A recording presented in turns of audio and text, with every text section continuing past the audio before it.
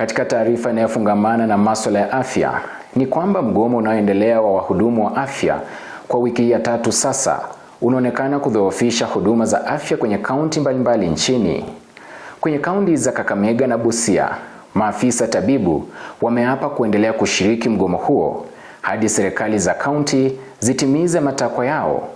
Wanasema ni lazima serikali hizo zitekeleze mkataba wa makubaliano unaohusisha kupandishwa vyeo, kuongezewa mishahara kati tu ya masuala mengine. This county, ever since the inception of this government, they have never employed any clinic officer. They have only done nine clinic officers, which was a replacement. We are demanding that actually we are the backbone of health. Primary health care is taken care of by clinic officers. And therefore we can never be taken for granted. We shall go to an extent of even shutting down even private sector if our ultimatums are not met. We want first to appreciate the county government of Vihiga and the county government of Bungoma. They have signed the CBA.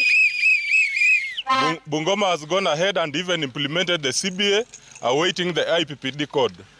But unfortunately, we have 2 chronic counties with lazy leaders who cannot find the time to get in the office and simply sign a CBA.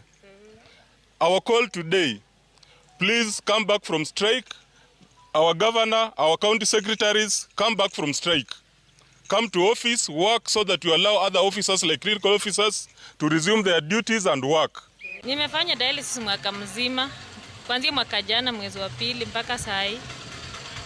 Na kwa leo tumekuja tukaambiwa tujitafutie mahali pengine. Hapa tuwezi tibiwa. Ya kuleta wagonjwa hapa ndani, alafu tunarudi tena na wagonjwa wenyewe. Sasa nasa si ndio kwa nini kwa maandamano? Kwa sababu ya pesa hakuna hapa ndani, madawa hakuna hapa ndani.